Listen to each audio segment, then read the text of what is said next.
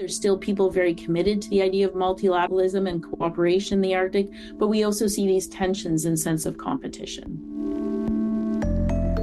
The Arctic is warming faster than any region on Earth. And as the ice recedes, a place long defined by isolation is suddenly at the center of global politics. New sea routes are opening. Untapped reserves of oil, gas, and minerals are becoming accessible. And the race to shape the future of the High North is accelerating. Russia has been building up its military footprint along its Arctic coastline, deepening its cooperation with Beijing. The United States and its allies are responding with new exercises, new investments, and new security infrastructure. And Greenland, once distant in the minds of many policymakers, has become a strategic prize, coveted for its rare earth minerals and its position between North America and Europe.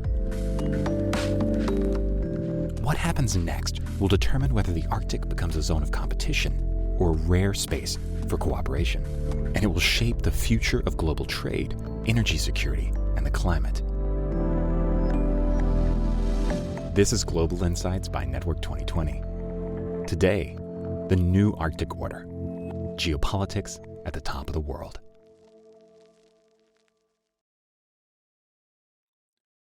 Today, we're joined by Pavel Devyatkin, Dr. Ulrik Pram, and Dr. Jennifer Spence. Pavel Devyatkin is a senior associate and leadership group member at the Arctic Institute, specializing in Russia-Arctic policy and great power relations in the region. Dr. Ulrik Pram is a senior researcher at the Danish Institute for International Studies, where he focuses on Arctic identity, diplomacy, and Greenland-Denmark relations. Dr. Jennifer Spence is director of the Arctic Initiative at Harvard Kennedy School's Belfer Center, with expertise in Arctic governance, sustainable development, and international cooperation. Moderating today's conversation is Joanna Głowczewski. So if I could start with you, Jennifer, kind of to set the discussion, could you please describe what is exactly meant by the Arctic and how has it been governed over recent decades through the Arctic Council? Great. Thanks, Joanna, and thanks so much for the invite.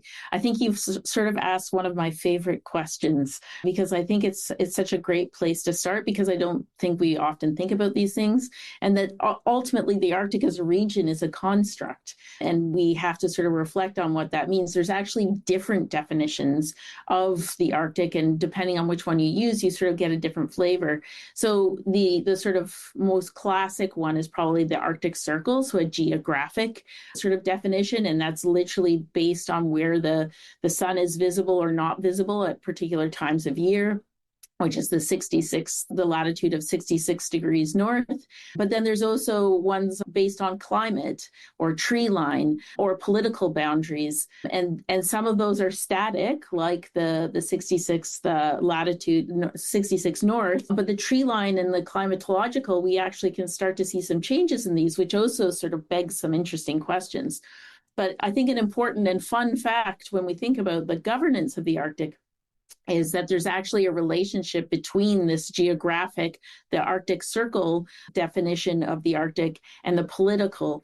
And when the Arctic Council was being, or when the Arctic Circle was, when discussions were starting around what an Arctic state was and who should be included in discussions around the creation of the International Arctic Science Committee, at the beginning, Iceland was left out. It wasn't actually recognized as an Arctic state because of using the Arctic Circle as a definition. And it was actually Iceland that came forward because they have a few tiny islands that cross over, and therefore were able to make the case that they were in. But it speaks to the construct that, you choose your definition and then based on that. But now fundamentally, that construct has stuck, and now we have the 8 Arctic states, which is sort of set now, and so everybody else becomes a non-Arctic state. And so we know, as you've referred to, that the Arctic was, during the Cold War, was a military theater, but at the end of the Cold War really became a place that was where people saw a potential for reopening cooperation between Russia and the West on things of science and sustainable environmental protection and sustainable development.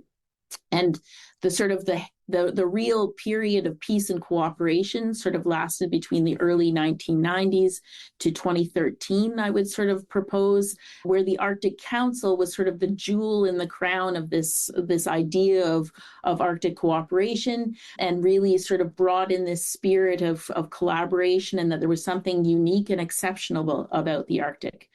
We start to see a shift in 2013, 2014, with increasing global interest in the Arctic for many different reasons. And we see those tensions around Crimea also starting to spill over into the Arctic and relations between the West and Russia. And then, of course, as you also referred to, 2022, we see a major shift in dynamics in the Arctic, where you see a significant spillover of the relationship between the West and Russia in the Arctic that plays out in terms of a lot of the institutions. And then I will add into that the sort of more recent events of the U.S. change in U.S. administration. So again, we see another sort of shock to the Arctic system in 2025. So I think governance at this point is really in a period of extreme uncertainty. There's still people very committed to the idea of multilateralism and cooperation in the Arctic, but we also see these tensions and sense of competition. Great. Thank you so much. And then now turning to you, Pavel, with one of the largest player as far as territory in the Arctic, Russia. What are Russia's geopolitical interests in the region, and how has the war in Ukraine affected Moscow's priorities? Thank you, Joanna. And thank you very much for having me back at Network 2020. Russia controls about half of the Arctic coastline and views the region as essential for its economic well-being, for its national security. So Russia wants to further develop its natural resource reserves and position itself in order to reap the benefits from expected increases in maritime trade. So Arctic shipping is also a very big concern for Russia. Russia has concerns about increasing economic and military competition with Western countries in the region. And we see how Russia is also concerned about the expansion of NATO to include Finland and Sweden most recently. So the Arctic is a sensitive region for Russia as it's critical to Russia's economic outlook.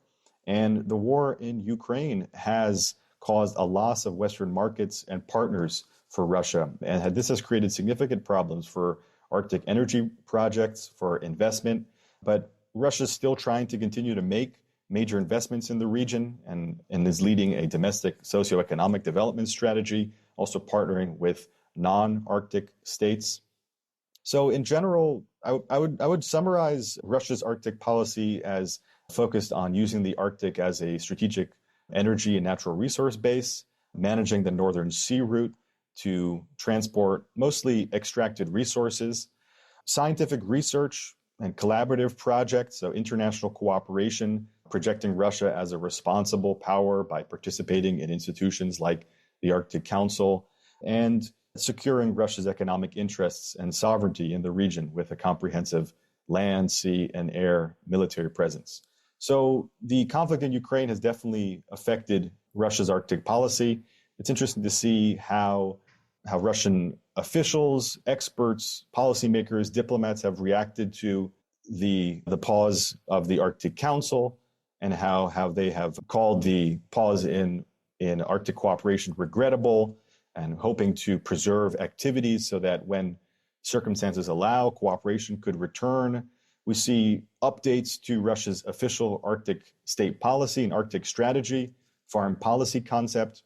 So amendments to these official strategic documents have increased a lot of attention from international media, from many commentators that thought that Russia removed all mentions of the Arctic Council from its Arctic strategy, but actually Russia removed the mention of this international institution from one section of its Arctic strategy. Russia still sees the Arctic Council as very important, but interesting enough, Russia has withdrawn from the Barents Euro-Arctic Council in September of 2023. So in terms of economic cooperation, we see Russia building ties with China, especially. We just saw Rosatom, the manager of the Northern Sea route, start a new management framework with China over the Northern Sea route. And we saw China sending shipping through the Russian Arctic But then, the just announced sanctions from the U.S. Treasury on Russian oil companies, Lukoil and Rosneft, will also affect China's interest in the Russian Arctic, and this will also affect, Russia's hopes to develop the Arctic region. Great. Thank you so much for that amount of information in such a short time. I know these are big questions, so I appreciate everyone summarizing as best they can. So I'll turn to you, Ulrik. You are in Denmark. So how do the different interests of the Nordic states play out in the Arctic? And what specifically is the governing relationship between Denmark and Greenland? Yeah, I think I'll begin slightly to the side of that question is in the sense that I think a very important aspect of Arctic governance and the Arctic in general is that all the states that has a part of sovereignty in the Arctic, they're basically based out of the Arctic. And then they have population in the Arctic to a large degree. Some of this population is indigenous, so it's not kind of their original state that has sovereignty over their territory. And I think that's important for two reasons. First is that there's really not much of a formal governance vacuum in the Arctic, in the sense that there are states in charge of most of the Arctic territory. On the other hand, some of these indigenous peoples have really felt that the Arctic Council have been empowering them, both, of course, internationally, but also in a sense in vis-a-vis their own states, because they have this special status as a permanent participant in the Arctic Council that also reflects back, in some cases, in their status or attention, at least what they get from their own states. Then to your question, I think the most important thing about the Nordics is that the Nordic versions or parts of the Arctic are quite different. They come basically in two different versions. There is the Fennoscandian Peninsula, Norway, Sweden, Finland, who on the one hand is very, very close to Russia and feel very much in continuation of Ukraine, in the sense that there is a genuine feeling that Russia is a military threat. These countries, Norway, Sweden, and Finland, have Arctic populations which include the Sapmi, an indigenous people that lives kind of among Norwegian, Swedes, and Finns on the same territory. In contrast to that, Denmark's Arctic, if you will, is Greenland, which is actually a part of the North American Arctic, which means, first of all, there's really no Russian threat. There's no attention or interest towards Russia, basically, in Greenland. Second, that it's a separate territory from Denmark proper. So there is a realistic prospect in terms of international law that Greenland could be an independent state one day. It's a way of decolonizing that would be obvious if it wasn't for the clashes of scale, that it's a very, very, very large island with a very small population. So it's really difficult to run a modern state there. And of course, as Russia is far away, China even further, I think most Greenlanders that are afraid of conflict and war and geopolitics, they're more worried about Donald Trump and particularly the way he got into his presidency a small year ago. And probably we'll get back to that, but there is military buildup in the Arctic, but it's really something different if you look to the European Arctic and if you look to the North American Arctic.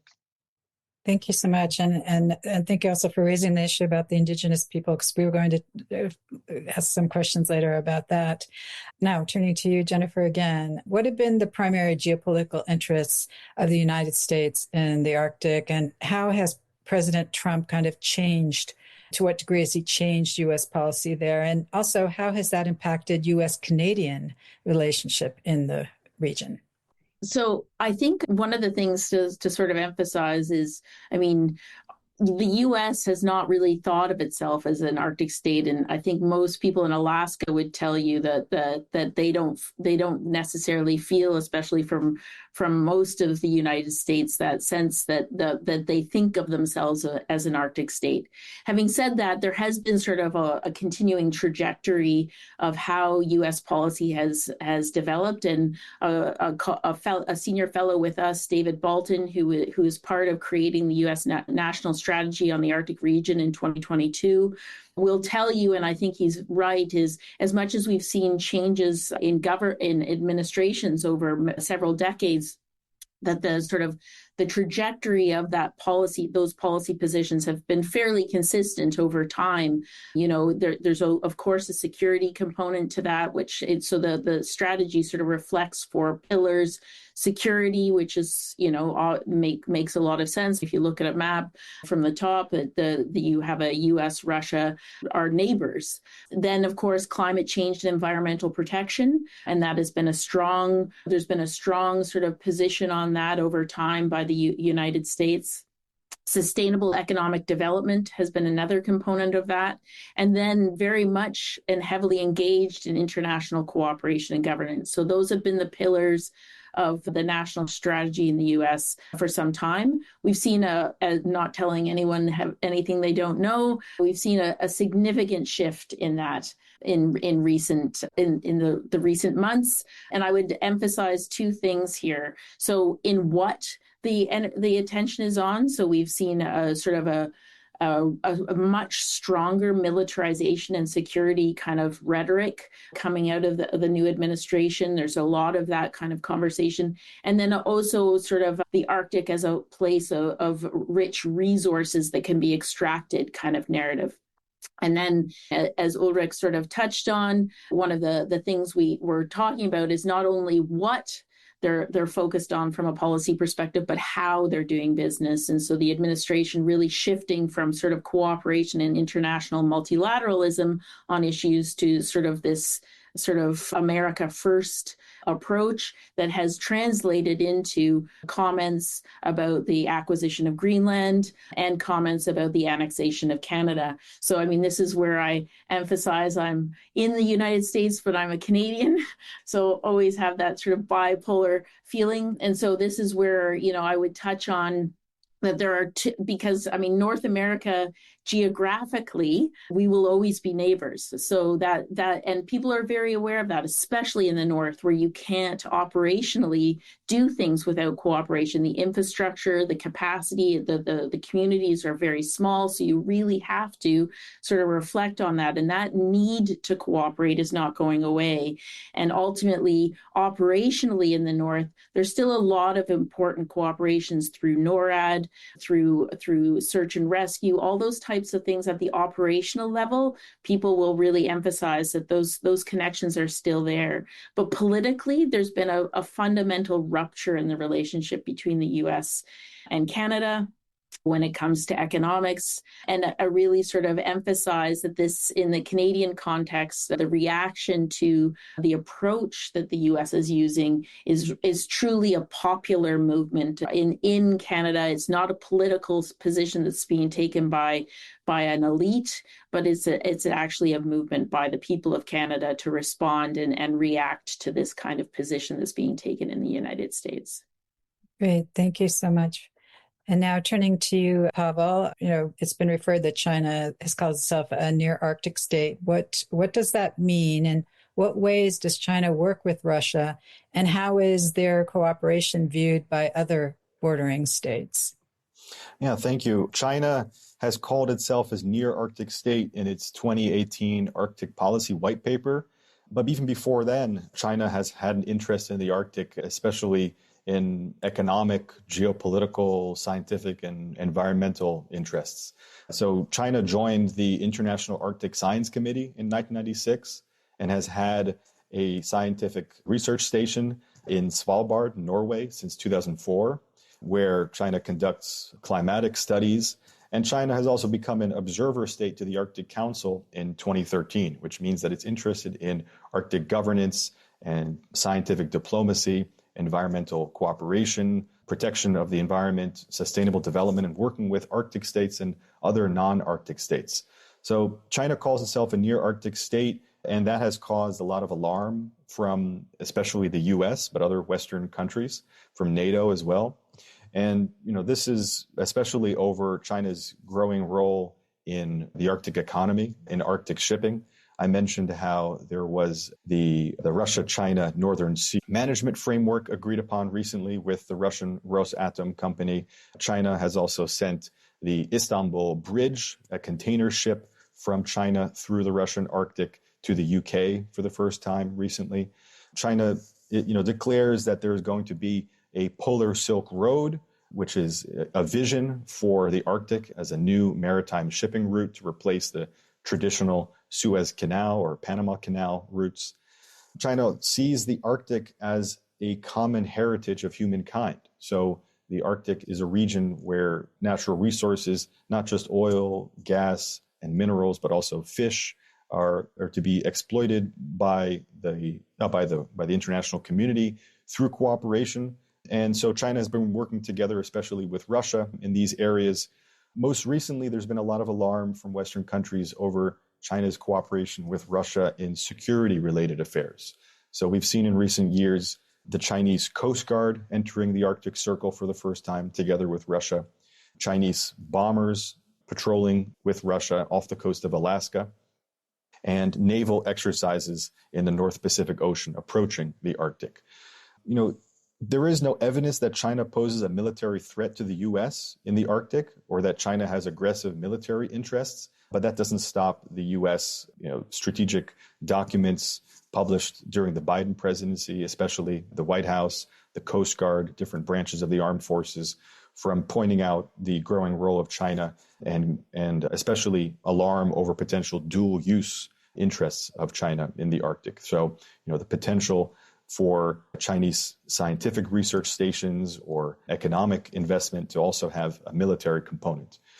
So in general, we're seeing elements of Russian-China cooperation and alarm from the West over this, but there's still an ongoing debate about the nature of this relationship. And after the most recent U.S. Treasury sanctions on the Russian oil companies, Lukoil and Rosneft, just today, Reuters reported that Chinese oil companies are considering a suspension of seaborne Russian oil. So that could have implications for China's interests in the Russian Arctic. Great. Thank you, Pavel. Yes, we'll watch this space, especially just what you just mentioned. That'll be interesting how that plays out. And then this will be the final question before we get to the Q&A. So if you have any questions, please pop them into the Q&A box and I will get to them after the discussion. And now turning to you, Ulrik, how do Greenlanders view the increased interest in the island, particularly with President Trump's comments demanding greater military and commercial ties with Nuuk? I think it's very much a moving target. If you scroll back time 10 years, I think the general intuition of all Greenlandic politicians would be that, all this talk about war, conflict, military affairs, it's something that comes to us as a threat from the outside. It should just go away. We should be a demilitarized neutral zone. Of course, the Greenlanders have now, first of all, they've reacted to Putin's invasion of Ukraine with a lot of solidarity in the sense that they see this as an aggression, and it's an aggression not just against Ukraine, but against a rules-based international order, which is the only chance a place like Greenland has because it's such a small population. But also the Greenlandic politicians have been listening and have had more of an insight and direct connections to the US. Otherwise, in principle, security and foreign affairs should rest in Copenhagen. But increasingly over the last decade, Greenlanders have been talking directly to the US and have not understood that Greenland is way too important for US homeland security, that the US will ever go away. So in that sense, Greenlandic politicians have been very pragmatic, signaling to the US that, okay, we'd like to engage diplomatically, investment, tourism, trade, everything. And then Trump arrived in office threatening to take over Greenland by force. So there's a disorientation in Greenland, a reorientation saying that we look forward to cooperating with the US. Now it's much more cautious.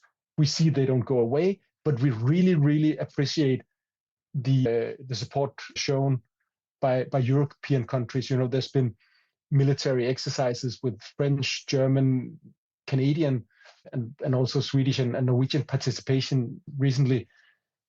I think most Greenlanders would like it to go away, but better to have European allies come as friends than have the US invade. Yeah, and I read recently that Denmark has increased its military budget toward Greenland, right? Investing in Greenland, kind of to take off that argument that Denmark's not doing enough militarily to protect Greenland. The trouble is, of course, that it's not really meaningful to have a territorial defense of Greenland, because it's a massive chunk of ice with a very rock territory around it. If you invade it, you can't go anywhere. There's this famous Canadian anecdote about a Canadian admiral explaining to an American colleague that, okay, if anyone invades the Canadian Arctic, it'll turn into a search and rescue mission for us, because they're really in a place that's not somewhere you would invade. Of course, Denmark is investing because it's important to the US, and Greenland accepts this Danish defense investments to a large degree because it's a way of saying to Trump, okay, whatever you say, we take it seriously. You don't have to be afraid about Greenland. It's not because anyone in Greenland really fears a Russian or a Chinese aggression, because they know their island. It doesn't make any sense. The only Russian target there might be in Greenland is the American Bidufik space base. They own what was until recently the Thule Air Base, which is very important for U.S. continental defense. But for Greenland, it mainly makes this remote part of Greenland a bombing target. Then there's a worry also about critical infrastructure. Greenlanders watch what's happening in the Baltic Sea, where the internet cables, electricity lines get cut in mysterious ways, and Greenland really feels vulnerable in that regard. So there's an appreciation about infrastructure protection, but that's really, really so separate from the continental defense measures that the US wants. Denmark is just pouring money into this at the moment to make Greenlanders feel safe and make Trump his narratives about Greenland be less credible. Great. Thank you so much for clarifying that. That's an important distinction. So with the few moments we have remaining, I just wanted to try to end on a positive note. Looking to the future, let's say in 5 years from now, what positive developments would you hope to see in the Arctic? What would you like to see? So I'll start with you, Jennifer, since I have you right here. I think Ulrik has he looked keen, so we'll let him go. Oh, okay. Yes, please. I think the most important thing is not something that should happen in the Arctic, but the rest of us should really start taking climate change seriously, in a sense that we should decarbonize way, way faster than we do now. And that would have, hopefully we could do that in time to have a positive impact on the Arctic, because that's basically the major threat to the Arctic as we know it. And it's not an Arctic generated problem. It's something we do to the Arctic. And can you just quickly say what would be a good first step? Stop flying, stop eating meat, stop driving cars. Nothing dramatic. Nothing dramatic. Right. Great. And then Pavel?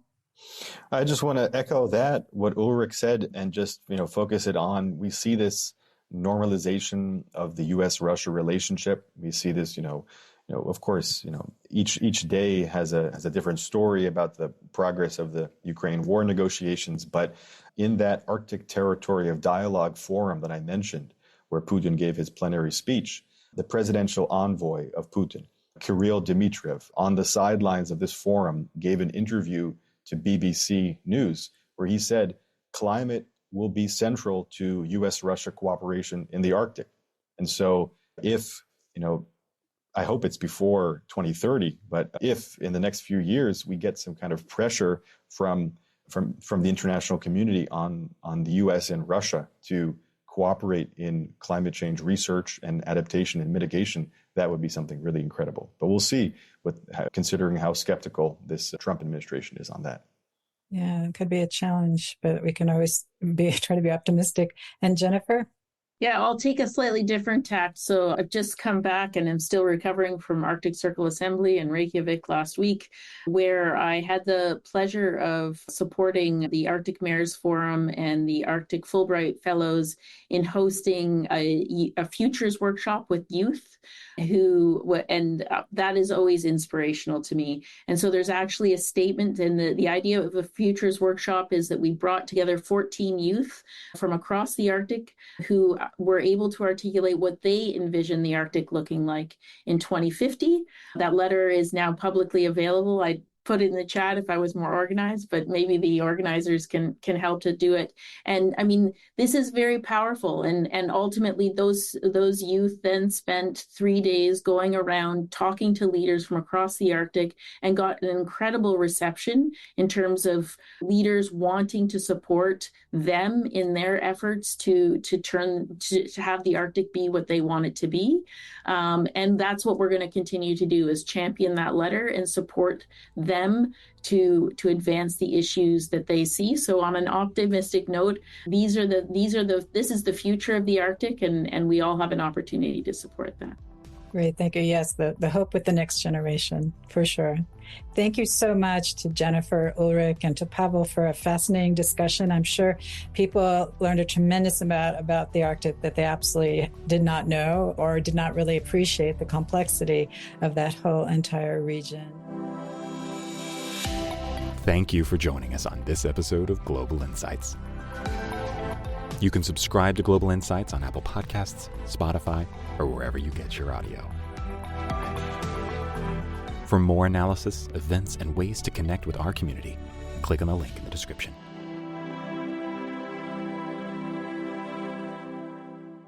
See you next time.